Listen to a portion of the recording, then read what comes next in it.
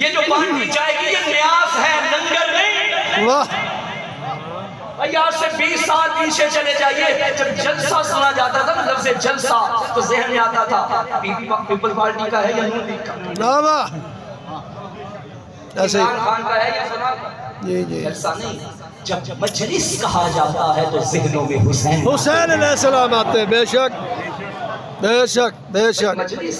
یہ کس نے کہا کہ زیادہ بندے پڑھنے والے ہوں تو وہ جلسہ ہو جاتا ہے، 2 بندے پڑھنے والے ہوں تو مجلس ہوتی ہے، 20 بندے بھی پڑھیں تو مجلس ہے، ایک بڑے تب بھی 2 بندے بھی پڑھیں تو مجلس ہے، 1 بندہ بھی پڑھے تو مجلس ہے۔ زینکم مجالسکم، زینو مجالسکم، پھر ذکر علی، اپنی مجلسوں کو علی کے ذکر سے زینت دو۔ سبحان اللہ۔ مجلسوں کو جاؤ ڈکشنریاں اٹھاؤ، کہیں بھی مجلس کا لغت میں یہ مطلب نہیں لکھا ہوا 10 ڈبے لگے ہوں، بڑا ممبر سجا ہو، ہزاروں کا مجمع ہو تو اسے مجلس کہتے ہیں۔ نہیں، مجلس کا مطلب لغت میں ہے جہاں 2 بندے بیٹھ جائیں، جیو جیو بابا وہ ہے مجلس۔ ہو مسلمانوں، تمہارا نبی فرما گیا جہاں بیٹھو بس علی علی کی علی علی علی ماشاء اللہ ماشاء اللہ کیا علی کے علاوہ جس محفل میں جس مجلس میں کوئی اور ذکر ہوگا وہ مجلس نحوست کی ہوگی، بے شک علی کا ذکر ہوگا وہ مجلس برکت کی ہوگی۔ سوال ہے دل بسم اللہ۔ یہ بھی بتا دوں، جب لنگر کہا جائے نا لنگر تو ذہن میں آتا ہے داتا دربار میں ہوگا، کیا بات کیا بات ہے۔ ہوگا کہاں ہوگا کہاں ہوگا۔ لاہور میں 2 بڑے مزار ہیں، ایک داتا دربار، ایک پاک بی بی کا دربار۔ ہائے ہائے تقسیم کر دوں، جو داتا دربار سے ملے وہ لنگر ہے، جو پاک دامن سے ملے نیاز ہے۔ ابھی فرق سمجھ نہیں آیا بھائی، چھوٹے چھوٹے درباروں سے لنگر ملتے ہیں، اللہ کے بنائے ہوئے درباروں سے نیازیں ملتی ہیں، ماشاء اللہ ماشاء اللہ۔ مجلس سے۔ اور میں یہ بھی اعلان کرتا چلو، بہرحال ابھی میں نے اپنا موضوع شروع ہی نہیں کیا، وقت میں گزرتا جا رہا ہے، لیکن مجھے پڑھنے دیجیے گا، میں نے آج محنت کی ہے مجلس میں، کیونکہ ایسے موضوع بہت کم پڑھے جاتے ہیں۔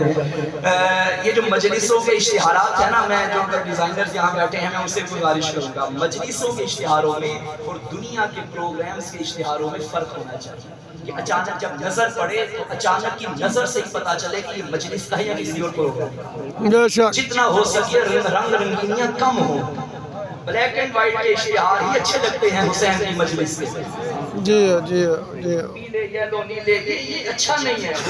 سوگ کی صف ہے وہاں صرف بلیک اینڈ وائٹ ہونا چاہیے۔ یہ تصویروں کا بھی رجحان جو بڑھ گیا یہ اچھا نہیں ہے، کوشش کریں اس سے گریز سے۔ ناراض تو نہیں ہوئے؟ اچھا جو ہو گئے ہیں وہ صلوات پڑھیں۔ اللہم صلی علی محمد وآلہ محمد۔ جو نہیں ہوئے اب وہ صلوات۔ اللہم صلی علی محمد وآلہ محمد۔ کیا بات ہے۔ جو دعویٰ علی نے کیا تھا مسجد کوفہ کے منبر پہ بیٹھ کے سلونی قبل ان تفکرون، پوچھو علی زمین سے زیادہ آسمان کے راستے جانا ہے۔ بے شک مقدر ان بیچاروں کا وہ کل کو جہازہ سے نکل کے ان کی دنیا میں آئے، انہیں کیا پتا کہ آسمان کے راستے کیا ہے۔ ایک جملہ کہا کرتا ہوں، علی آسمانوں کے راستے جانے کے دعوے کیوں کرتے تھے؟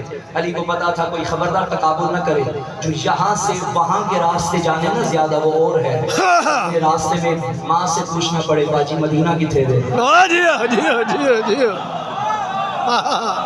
کیا بات ہے کیا بات ہے واہ واہ۔ بھئی کہاں کے تقابل اور کہاں کے موازنے، خدا کی قسم وہ اور ہیں وہ اور ہیں۔ مولا فرماتے تھے رضینا بالقسمت الجبار، ہم اللہ کی تقسیم پہ راضی ہیں کہ اس نے ہمیں علم دیا ہے، دنیا کو مال دیا ہے۔ جن کے پاس مال تھا غنیمت کا مال، دنیا کا مال، لوگوں کے گھروں کے مالوں کو اپنے گھر میں اکٹھا کیا ہوا تھا، ان کا نام لیوا بھی کوئی نہیں اور جواب مدینہ تو علم تھا۔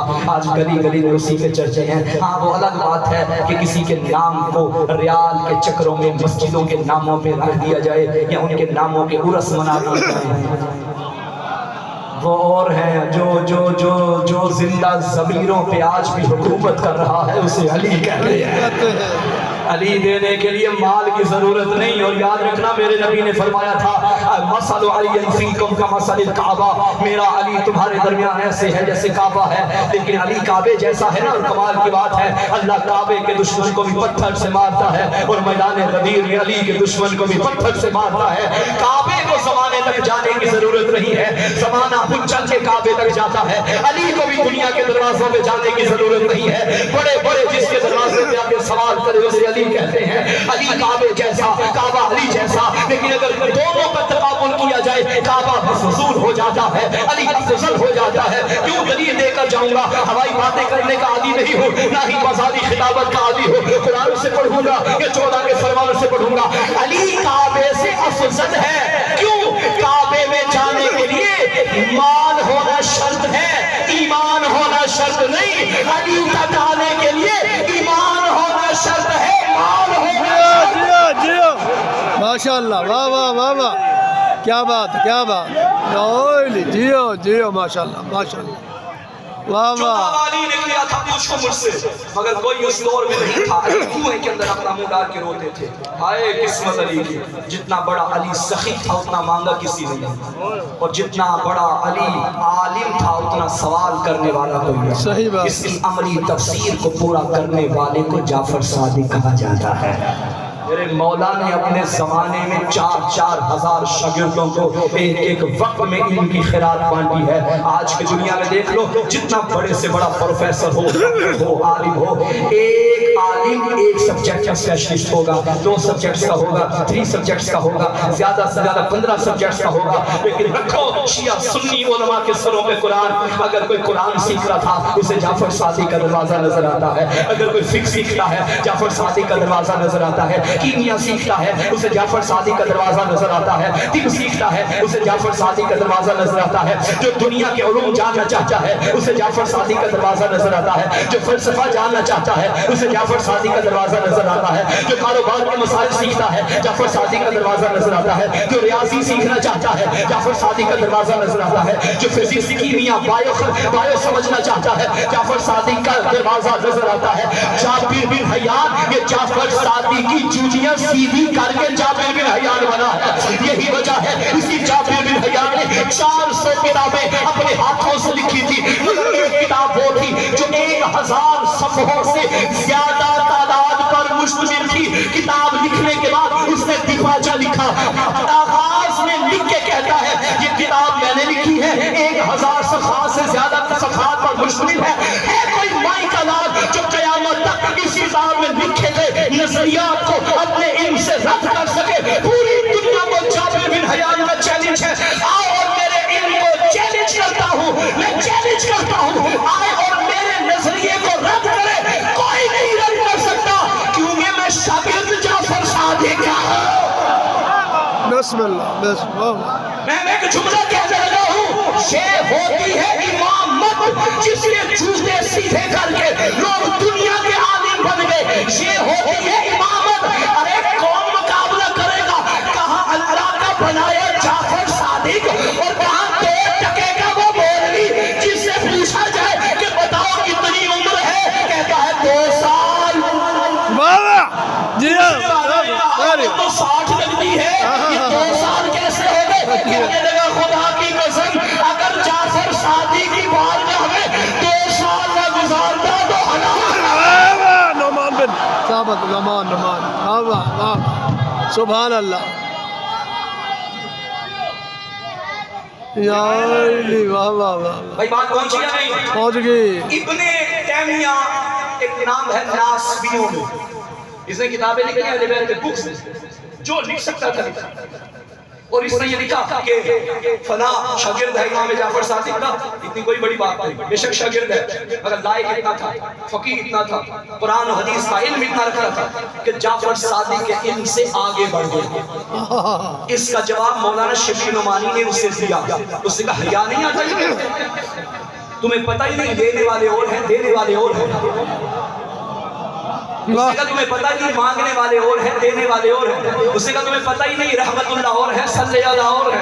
اس نے کہا تمہیں پتہ نہیں زکات والے اور ہیں، صلوات والے اور ہیں. اس نے کہا تمہیں پتہ نہیں ہلاکت سے بچنے والے اور ہیں، بچانے والے اور ہیں.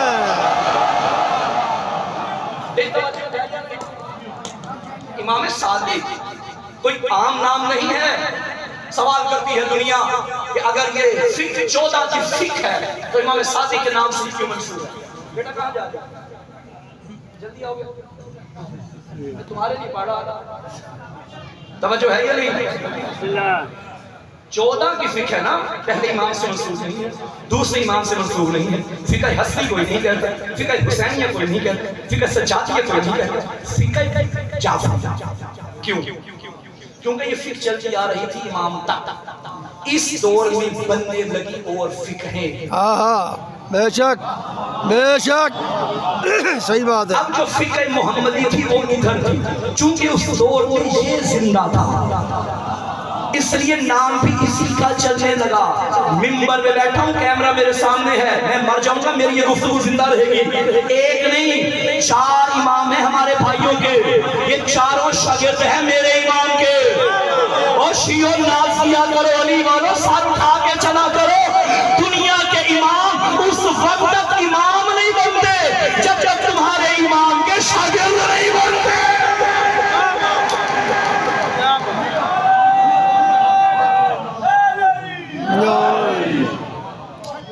سبحان اللہ. آئینہ نور ایک ہے، آئینہ نور ایک ہے، سبھی عکس جلی ہے. میں مولا کہوں کس کو، یہاں سارے علی ہے.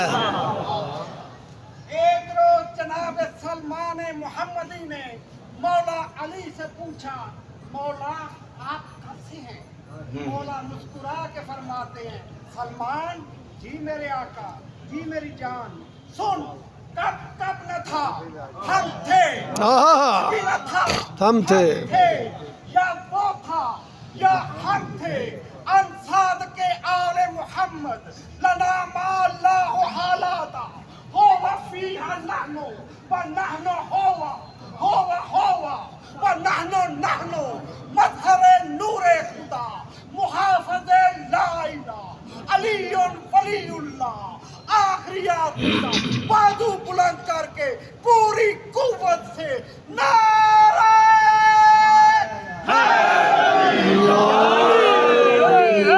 علی کی صحبت میں پلنے والا کوئی کمبر، کوئی سلمان، کوئی ابو ذر. جعفر صادق کی صحبت میں پڑھنے والا کوئی ابو بصیر، کوئی ابان بن تغلب، کوئی زرارہ.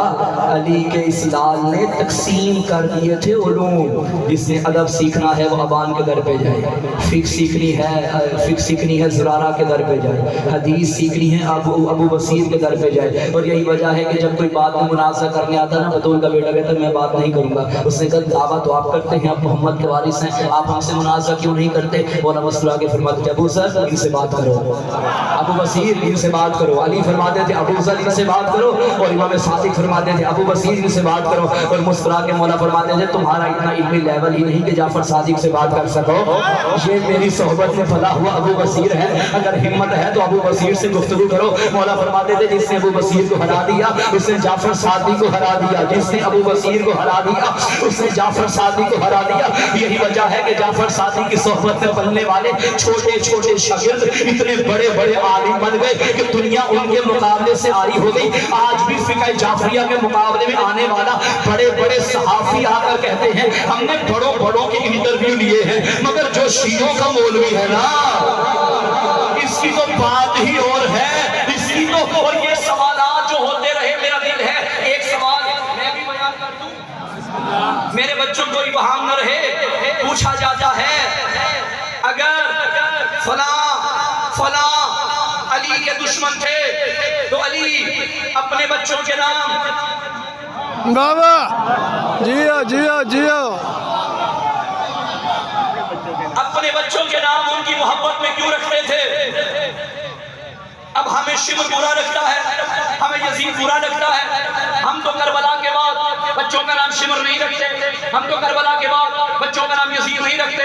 اگر فلاں اتنے ہی برے تھے تو ان کے بعد ہی علی کے بچے آئے نا، تو علی نے اپنے بچوں کے نام ان کے ناموں پہ کیوں رکھے؟ کوئی نام نہیں ہے. سن لو میرا جواب. جس طرح آپ لوگوں نے علی مولا کے قاتل ملجم کے بیٹے عبد الرحمن کی محبت میں اپنے بچوں کے نام عبد الرحمن رکھے ہیں۔ کیا مسلمانوں میں عبد الرحمن نہیں ہوتے؟ ہوتے ہیں یا نہیں ہوتے؟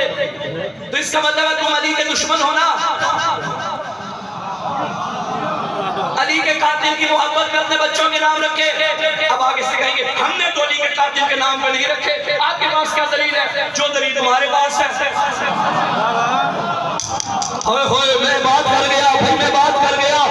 اگر تم نے یہ کہا نا علی نے ان کی محبت میں رکھے تھے، قیامت تک کے لیے لعنتی ہو جاؤ گے، کیونکہ علی کے دشمنوں پہ بچوں کے نام رکھ رہے ہو۔ توجہ ہے یا نہیں؟ علی نے قطعاً ان کے نام پہ، ان کی محبت میں بچوں کے نام نہیں رکھے۔ نام اور چیز ہے، کردار اور چیز ہے۔ یہ بات پہنچی یا نہیں پہنچی؟ علی نے شاگرد پایا، امام صادق نے شاگرد پایا، ابو بصیر امام کا شاگرد۔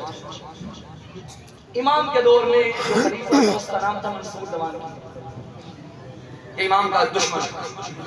چونکہ یہ بھی وجہ ہے کہ امام علیہ السلام کے دور میں سب سے زیادہ، یعنی تمام ائمہ کی زندگی میں سب سے زیادہ موقع، زندگی کا عرصہ میرے چھٹے امام کو ملا۔ دین پہنچانے کا سب سے زیادہ موقع میرے چھٹے امام کو ملا۔ پہلے امام 25 سال گھر میں بیٹھے رہے، دوسرے امام کے ساتھ کیا ہوئے، کسی فلاں کے ساتھ آپ جانتے ہیں، تیسرا امام کے ساتھ کیا ظلم و ستم ہوئے آپ جانتے ہیں، چوتھے امام کی آدھی سے زیادہ زندگی مظلومیت میں گزری، پانچویں امام مظلومیت میں گزرے، چھٹے امام جب اموی اور عباسی آپس کی حکومت کے لڑ رہے تھے، انہوں نے دونوں سے درگزر کر کے اپنا مدرسہ کھولا اور دنیا کو آل محمد کا پیغام دیا۔ ساتویں امام پھر وہ جو 14 سال قید میں رہے، آٹھویں امام کو جلا وطن کروایا گیا۔ کسی امام کو دین پہنچانے کا اتنا موقع نہیں ملا جتنا میرے چھٹے امام کو ملا ہے۔ یہی وجہ ہے کہ ہمارے پاس فقہ کی زیادہ روایات چھٹے امام سے منسوب اور نقل ہوئی ہیں، آنی صادق آل صادق، یہی وجہ ہے۔ چاروں شاگرد ہیں میرے مولا کے، جو ائمہ اربعہ ہے نا بھائیوں کے ہاں، کیا نام ہے؟ امام ابو حنیفہ۔ میں توہین کسی کی نہیں کر رہا مگر بات پہنچانا چاہتا ہوں۔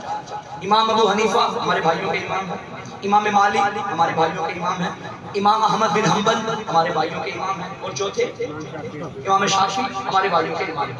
ان میں سے دو ڈائریکٹ شاگرد ہیں، دو شاگردوں کے شاگرد ہیں۔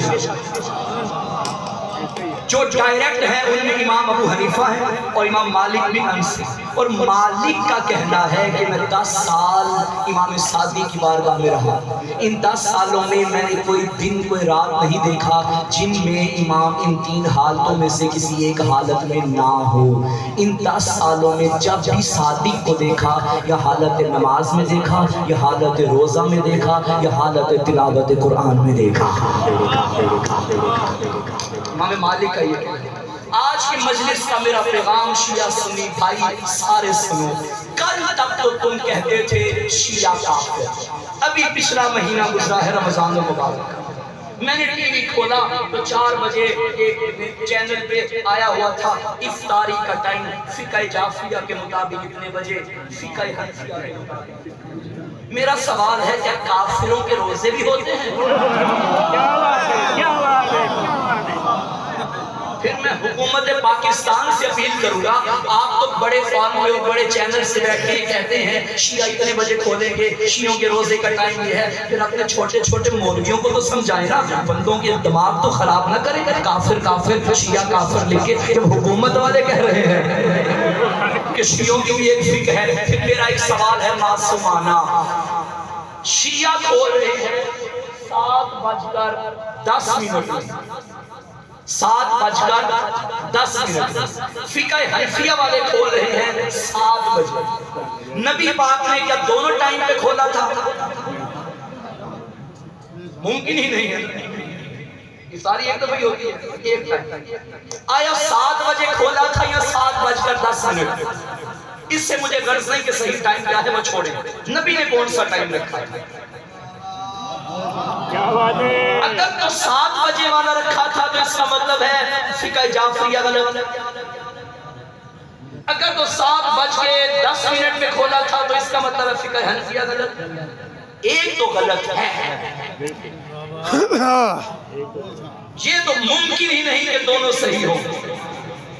ایک غلط ہے ایک صحیح. جواب میں نہیں دوں گا، میں سوال کر رہا ہوں. ایک غلط ہے اور ایک صحیح ہے. چھوڑو ان باتوں کو، تراویح کون پڑھتا ہے، نماز ماتم کون کرتا ہے، چھوڑو ان باتوں کو. ہاتھ کھول کے کون پڑھتا ہے، باندھ کے کون پڑھتا ہے، چھوڑو ان باتوں کو. زکوٰۃ بینکوں میں کون دیتا ہے اور اپنے مرکزی اداروں میں کون دیتا ہے، چھوڑو ان باتوں کو. کہ حج کے احکام ان کے کیا ہیں اور ان کے کیا ہیں، چھوڑو ان باتوں کو. شمال کو اوپر رکھنا ہے یا نیچے رکھنا ہے، چھوڑ دو ان باتوں کو. مجھے بس اتنا بتاؤ، یا فقہ جعفریہ غلط ہے یا فقہ حنفیہ غلط ہے. اگر تو فقہ جعفریہ غلط ہے تو اس کا مطلب ہے فقہ حنفیہ صحیح ہے. اگر فقہ حنفیہ صحیح ہے تو امام ابو حنیفہ کا زمانہ امام صادق والا زمانہ ہے. میں تم سے سوال کرتا ہوں، میرے نبی دنیا سے 11 ہجری میں نبی سے لے کر امام ابو حنیفہ تک کون تھا جو ان کو بتانے آیا تھا کہ دیکھو محمد یہ کہہ رہے تھے، دیکھو محمد یہ کہہ رہے تھے، دیکھو محمد یہ کہہ رہے تھے. اگر تم مجھ سے سوال کرو نا جعفر صادق کو کس نے بتایا تھا، میرا بچہ بھی اپن کے لیے چھوڑ کے کہے گا جعفر صادق کو بتانے والا محمد باقر تھا، محمد باقر کو بتانے والا زین العابدین تھا. اور زین العابدین نے علم اس سے لیا تھا. محمد سجدے میں ہوتا تھا، سجاد کا بابا پشت میں ہوتا تھا. اللہ کی آواز آتی تھی، نماز کا تو ٹائم مکمل ہو گیا مگر محمد راضی میں تب ہوگا جب حسین سر اٹھائے.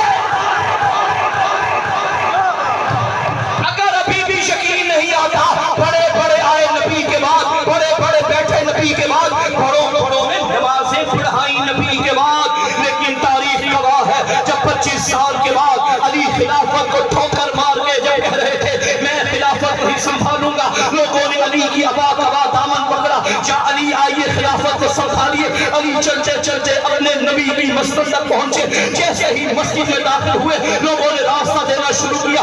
علی نے پہلا قدم ادھر رکھا جہاں کوئی اور بیٹھا تھا، دوسرا قدم ادھر رکھا جہاں کوئی اور بیٹھا تھا، تیسرا قدم ادھر رکھا جہاں کوئی اور بیٹھا تھا.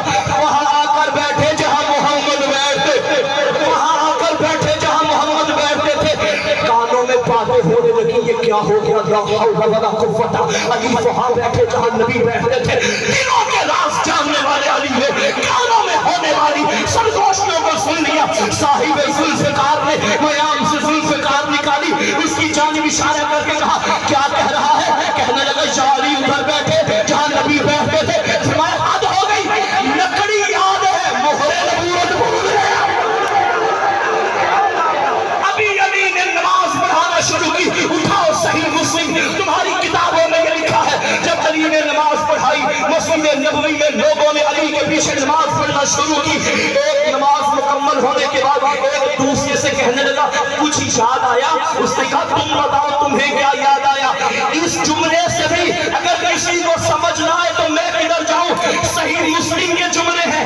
ایک دوسرے سے کہنے لگا ہم نے نبی کے بعد بڑی بڑی نمازیں پڑھی لیکن آج علی کے پیچھے نماز پڑھ کے محمد کی نماز یاد آ رہی. ابھی بھی پتہ نہیں چلا. تم ہمیں کافر کہو مشرک کہو، ہماری نمازیں وہی ہیں جو جعفر صادق کی ہیں، ہماری نمازیں وہی ہیں جو علی کی ہیں، اور علی کی وہی نمازیں ہیں جو محمد کی ہیں. ایک دعا ہے علی صاحب حسین نام کا مومن پولیس کی قید میں ہے، مالک انہیں جلد از جلد رہائی عطا فرمائے. بیرون ملک ہیں، مالک انہیں وطن تک پہنچائیں.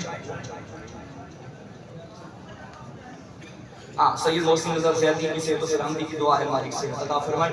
سید قمر رضا ابن کرنل عزادار حسین مالک انہیں بھی صحت عطا فرمائے. اور دعا کیجئے گا میرے والد بزرگوار ہاسپٹل میں ایڈمٹ ہیں، عید کے دن سے کافی علیم ہیں، مالک انہیں بھی صحت و تندرستی عطا فرمائے. اس کی وجہ سے مجالس بھی میں نہیں پڑھ رہا تھا لیکن قریب قریب کی پڑھ رہا ہوں. اس قریب میں آپ کا گزرا مزہ بھی تو آپ میرے ساتھ ہیں نا بھائی. منصور توانگی نے کہا کہ علم و عمل و معرفت و عقیدت سے مدینہ لبریز ہے. خرچے میرے چرچے جعفر صادق کے کیوں کرتے ہیں کہ ایک بندہ ایسا تیار کرتا ہوں جو اسی کا قریبی ہو. منصور دیوانکی نے وہ بندہ تیار کیا جو 2 سال امام کے پاس پڑھتا رہا کہ شاگرد انہی کا تیار کر کے ان کے خلاف کر دیتا. یہ جو اندر کے بندے ہوتے ہیں یہ زیادہ خطرناک ہوتے ہیں. اس لیے نبی کے لیے کافر خطرناک نہیں تھے، منافق تھے. توجہ ہے یا نہیں بھائی؟ میں عرض کروں یہ کہانی ہے، البتہ صرف کہانی ہے لیکن بڑی سبق آموز ہے. ایک جنگل تھا بہت بڑا، جو پیچھے کھڑے ہیں آپ تک بات پہنچ رہی ہے؟ زندہ باد. جنگل تھا بہت بڑا، ادھر آری آگے آری نے ایک دن بیٹھتے بیٹھتے بڑے بڑے درختوں سے کہا اپنی خیر مناؤ، میں آ گئی ہوں تم سب کو کاٹنے کے لیے. جو بڑا درخت تھا نا اس نے آری سے کہا تم کیا، کہاں تم کہاں ہم، اتنی سی آری اور اتنے بڑے بڑے درخت، تم ہمارا کیا نقصان پہنچا. آری نے کہا میں اکیلی نہیں ہوں، میرے پیچھے دستہ تمہاری لکڑی کا ہی ہے. اب وہ جو جنگل کا بادشاہ درخت تھا نا اس نے باقیوں سے کہا خیر مناؤ، ہمارا اپنا ہی اسی سے جا ملا ہے.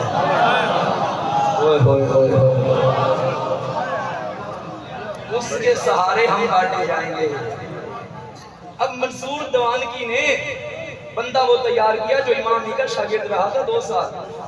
اس نے کہا میں تمہیں سوالات لکھ کے دیتا ہوں جیسے آج کل لکھوا کے لاتے ہیں، اوپر سے پڑھ کے کتابوں کے نام بھی نہیں آتے، راویوں کے نام نہیں آتے، اور آئے فقہ جعفریہ سے سوال کرتے. یہ وہی بات ہے جب مولا امیر نے سنونی کا دعویٰ کیا نا تو ایک بندہ اٹھ کے کہنے لگا یا علی اگر آپ زمین سے زیادہ آسمان کے راز سے بہتر جانتے ہیں تو بتائیے میرے سر کے بال کتنے ہیں. جنہوں کے راز جانتے تھے وہ جانتے تھے یہ کہاں سے بول رہا ہے. علی فرمانے لگے جتنے تیرے سر کے بال ہیں میں بتا بھی دوں تو شمار نہیں کر سکتا، مگر اتنا بتا دیتا ہوں جتنے تیرے سر کے بال ہیں اتنے اللہ کے ملائکہ ہیں جو تجھ پہ لعنت کر رہے ہیں.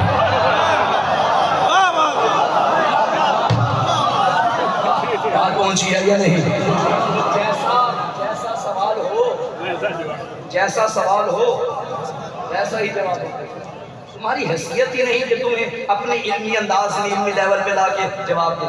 ہماری زبانیں جواب دے سکتی ہیں، تمہارے کان وہ جواب سن نہیں سکتے. انہوں نے بندہ تیار کیا. اچھا میں کچھ سوال لکھ کے لایا ہوں کتاب سے، اگر آپ کا دل ہو تو میں وہ سوال پیش کروں جو امام صادق سے ہوئے. بسم اللہ.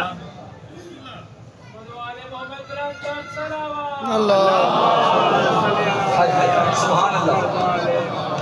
منصور دیوانکی وہ بندہ جو امام کا شاگرد تھا، سمجھ گئے نہیں سمجھے؟ 2 سال رہا امام کے پاس. لے آیا امام کی خدمت میں اور آگے کہنے لگا امام یہ بہت بڑا امام ہے. اور اس نے کہا اگر تم امام سے سوال کرو گے نا میں تمہیں امام اعظم کا لقب دوں گا. مل گیا نا امام اعظم کا لقب. بھائی حیرت ہو گئی، جو استاد ہے وہ صرف امام، جو شاگرد ہے وہ امام اعظم. ابھی تک سمجھ نہیں آئی کہ چاہت کیا ہے؟ سنو، منصور دیوانکی وقت کے خلیفے نے تیار کیا تھا یہ بندہ امام کے مقابلے میں فکر لانے کے لیے. اور بھائی استاد ایک ہے، شاگرد اسی کا ہے. ایک مسئلے میں اختلاف ہونا چاہیے تھا، 2 میں ہونا چاہیے تھا. نماز بھی مختلف ہو گئی، روزہ بھی مختلف ہو گیا، حج بھی مختلف، زکوٰۃ بھی مختلف، خمس بھی مختلف، اور جہاد میں لاپتہ بھی مختلف، لاپتہ بھی مختلف. بھائی سارے قواعد ہی مختلف ہو گئے. تو کوئی تو چال بنی نا، کوئی تو جال بنایا گیا نا، کوئی تو غلط ہے کوئی تو صحیح ہے. 6 مہینے کے بعد وہ بندہ سوال تیار کر کے لایا کہ سوال ایسے کروں گا کہ علی کا بیٹا لاجواب ہو جائے. میرے ٹھیک ہے ٹائم بھی ہو گیا، بات بھی شروع کرتے ہیں. چلیے مسائل میں تھوڑا پڑھوں گا میں انشاءاللہ. اس نے کہا اچھا مولا یہ بتائیے کہ ذبیحہ میں اور مردار میں کیا فرق ہے؟ واہ واہ.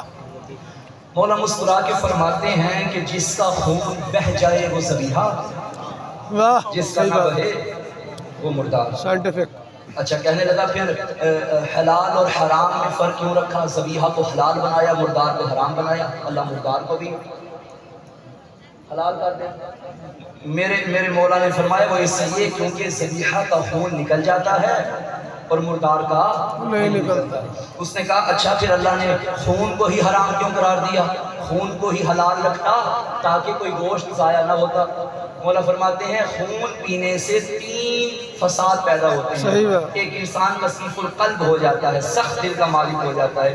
دوسرا خون پینے سے انسان کو جزام کی بیماری لگ جاتی ہے، اور تیسرا جو خون پیتا ہے اس سے بدبو آتی ہے۔ اب کہنے لگا مولا ہم بازار سے اگر گوشت لے کر آئیں تو کیسے پتا چلے گا یہ ذبیحہ کا ہے یا مردار کا؟ مولا نے مسکرا کے فرمایا اسے آگ پہ رکھو، سکڑ جائے تو ذبیحہ، پھیل جائے تو مردار۔ واہ واہ واہ واہ۔ اچھا کہنے لگا اگر ذبیحہ ہی شرط ہے حلال ہونے کی تو پھر مچھلی کو تو ذبح نہیں کیا جاتا۔ مولا فرماتے ہیں وہ مچھلی کو پانی سے زندہ نکال لیں تو اس کا پانی سے زندہ نکلنا ہی اس کا ذبیحہ ہے۔ کہنے لگا وہ کیسے؟ آپ نے تو کہا تھا کہ ذبیحہ تب بنتا ہے جب خون نکل جائے، تو وہ تو پانی سے نکالیں، تو نکالنے سے تو اس کا خون نہیں نکلتا۔ مولا نے مسکرا کے فرمایا مچھلی کے اندر خون کافی کم مقدار میں ہوتا ہے، جب وہ پانی کے اندر مر جائے گی تو خون پورے جسم میں رہے گا، جس کی وجہ سے وہ حرام ہوگی، لیکن جب پانی سے نکلے گی تو تڑپے گی۔ تڑپنے سے یہ ہوگا کہ اس کی باڈی میں جتنا بھی خون تھا اس کے سار والے حصے میں آ جائے گا، اور ذبح کرنے کے بعد وہ سار والا حصہ کھایا نہیں جاتا۔ ایسے ہی ہے، صحیح، بالکل بالکل بات پہنچی؟ صحیح بات۔ اب اس نے کہا اچھا مجھے یہ بتائیے اللہ کیا باقی زبانوں کو نہیں جانتا؟ فارسی کو، انگریزی کو، پشتو کو، عربی کو ہی زیادہ جانتا ہے یا عربی سے ہی زیادہ محبت کرتا ہے؟ مولا نے فرمایا نہیں ایسی تو بات کوئی نہیں۔ کہنے لگا پھر اللہ نے نماز کو عربی میں ہی کیوں رکھا؟ امریکہ میں جو بیٹھا ہے وہ بھی عربی میں نماز پڑھے گا، سیالکوٹ میں جو بیٹھا ہے پاکستان میں وہ بھی عربی میں پڑھے گا، عرب میں جو بیٹھا ہے وہ بھی عربی میں پڑھے گا، تو یہ کیا وجہ بنی؟ حق تو یہ بنتا تھا سرائکی والے نماز سرائکی میں پڑھتے، عربی والے عربی میں پڑھتے، پنجابی والے پنجابی میں پڑھتے۔ مولا نے فرمایا کیونکہ نمازیں مختلف، زبانیں مختلف ہونے سے الفاظ مختلف ہو جاتے ہیں، الفاظ مختلف ہونے سے معنی مختلف ہو جاتے ہیں۔ اللہ کو نمازوں میں تبدیلی اچھی نہیں لگتی۔ اللہ چاہتا ہے جو میری نماز پڑھی جائے وہی پڑھی جائے جو میں نے نازل کی ہے۔ یہ زبانیں مختلف ہونے سے الفاظ بھی مختلف اور معنی بھی مختلف ہو جاتے ہیں۔ اچھا پھر کہنے لگا بتائیے کیا آپ کا اللہ ہر جگہ ہے یا ایک ہی جگہ ہے؟ فرماتے ہیں ہر جگہ موجود ہے۔ پھر کہنے لگا اگر ہر جگہ موجود ہے تو حق تو یہ بنتا تھا جدھر بھی سجدہ کرو اللہ کو ہی ہو جائے۔ یہ کیا بات ہے کہ ادھر والے بھی کعبے کو سجدہ کرتے ہیں، ادھر والے بھی کعبے کو سجدہ کرتے ہیں؟ اس کا تو یہ مطلب ہے کہ اللہ مکے میں رہتا ہے۔ نبی کے اس بیٹے نے فرمایا اللہ مکے میں نہیں، اللہ ہر جگہ پہ رہتا ہے، لیکن اللہ یہ چاہتا ہے میرے جھکنے والے نظم و ضبط کے پابند ہو جائیں۔ سب کا ایک ہی مرکز کی جانب جھکنا دلیل ہے کہ ایک کو سجدہ کر رہے ہیں۔ کوئی مشرق کو جھکتا، کوئی مغرب کو جھکتا، کوئی شمال کو جھکتا، یہ دلیل نہ ہوتی کہ سارے اللہ کو ہی جھک رہے ہیں۔ کوئی یہ بھی کہہ سکتا تھا کسی اور کو، ایک مرکز کی طرف جھکنا دلیل نظم و ضبط کی ہے اور اللہ کی توحید کی طرف اشارہ ہے۔ اب اس نے سوال کیا اچھا اگر اللہ کو نظم و ضبط اتنا ہی پسند ہے تو پھر بتائیے اللہ کو قانون، مذہب، نظم، ضبط، قوانین اتنے ہی پسند ہیں؟ مشرق سے سورج بھی ایک ہی وقت میں نکالتا ہے، مغرب میں غروب بھی ایک ہی وقت میں کرتا ہے، نمازوں کے اوقات ایک ہیں، تو اللہ نے موت کا وقت ایک کیوں نہیں رکھا؟ کسی کو 10 سال رکھا، کسی کو 50 سال کے بعد مارا، کسی کو 100 سال کے بعد مارا۔ علی کے لال نے فرمایا اس میں بھی اللہ کی حکمت ہے، اگر اللہ ایک ہی وقت سب کے لیے رکھ لیتا تو سارے گناہوں میں زندگی گزار دیتے، یہی کہتے 50 سال کے ہوں گے تو مرنا ہے نا، 49 سال گناہ کر لو، آخری سال عبادتیں کر لیں گے۔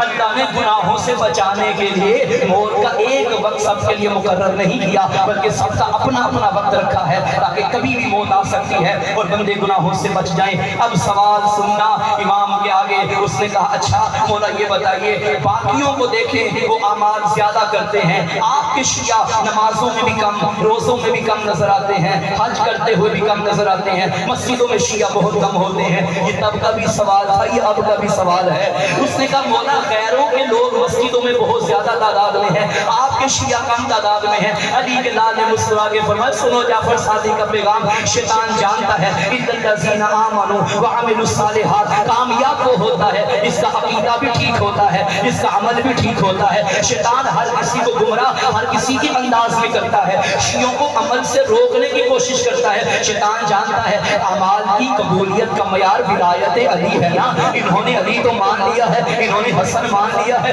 بطول کی صداقت پہ یقین ہے، اب نمازیں پڑھیں گے تو یہی جنت میں چلے جائیں گے۔ شیطان کی کوشش ہوتی ہے ان کو نمازوں سے روکو، لیکن تم جتنی بھی پڑھتے جاؤ شیطان تمہیں نہیں روکے گا، جانتا ہے یہ علی کے دشمن ہے۔ اور میرے نبی نے فرمایا ہے اگر کوئی بندہ نوح نبی جتنی عمر رکھتا ہو، ساری زندگی عبادتیں کرے، روزے رکھے، پیدل حج کرے، اور وہاں جتنا سونا راہ خدا میں خرچ کرے، اگر علی کی دشمنی میں مرا جنت تو دور جنت کی خوشبو بھی نہیں اس کو۔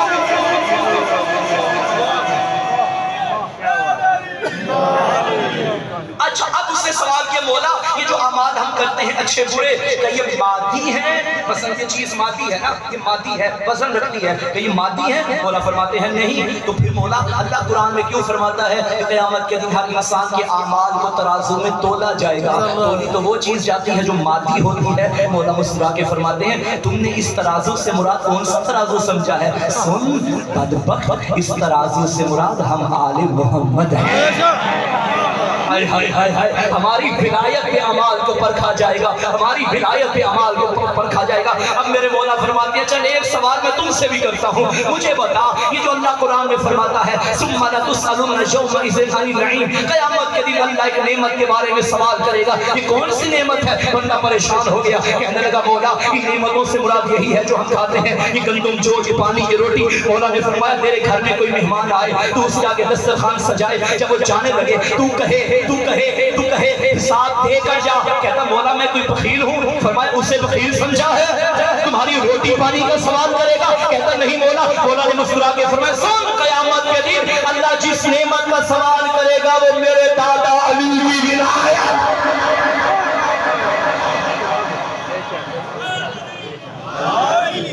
میرے دادا علی۔ بس سامعین محترم ٹائم تمام ہو گیا، یہ روشنیاں بجھ گئیں، رونے کا سامان پیدا ہو گیا، آؤ اس کا ماتم کریں جس کی قبر پہ آج بھی سایہ نہیں ہے۔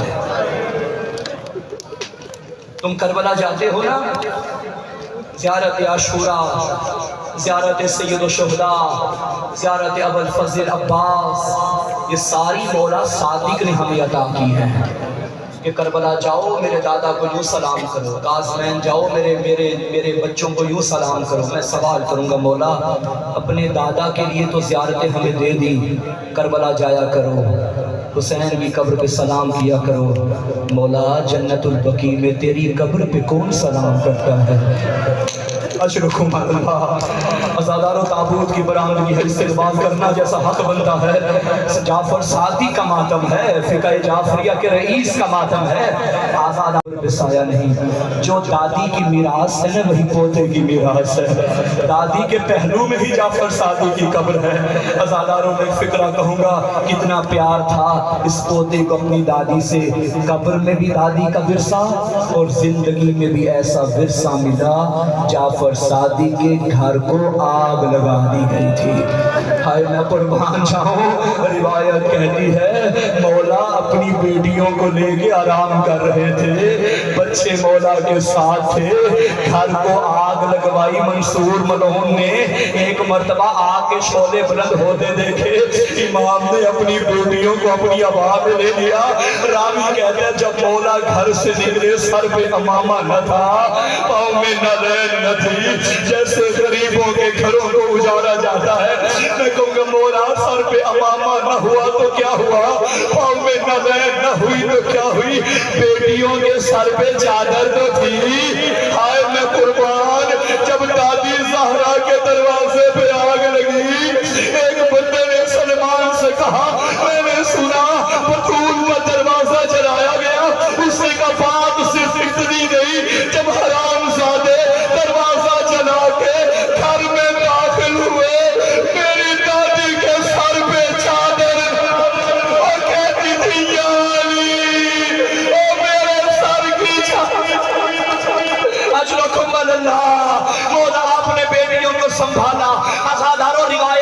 گزرے ہیں. جب مولا سعدی کے گھر کو آگ لگ گئی نا, بیٹیوں کو اپنے دامن میں لیا, ایک مرتبہ رخ کیا کربلا کی جانب اور کہا ہائے سید سجاد, تیرے گھر کو بھی آگ لگی مگر زینب و سکینہ سر پہ چادر نہ تھی, کوئی تماچے کھاتی تھی.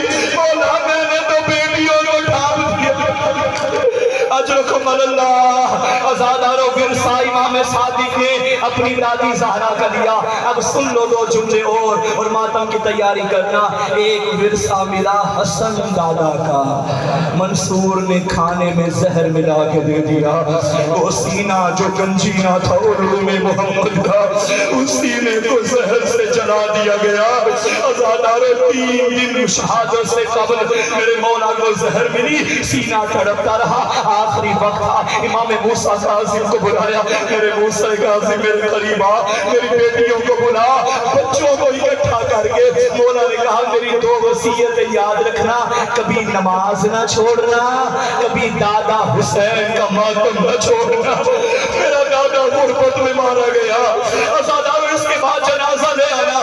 جب آخری دم تھا نا, اپنے بیٹے کی گود میں سر تھا, میرے مولا نے اچانک رخ کیا کربلا کی طرف اور فرمایا لا یوم کا یوم کا یا ابا عبداللہ, دادا حسین میں مارا جا رہا ہوں مگر آپ کے دین جیسا کوئی دین نہیں. دادا میرا سر میرے بیٹے کی گود میں ہے.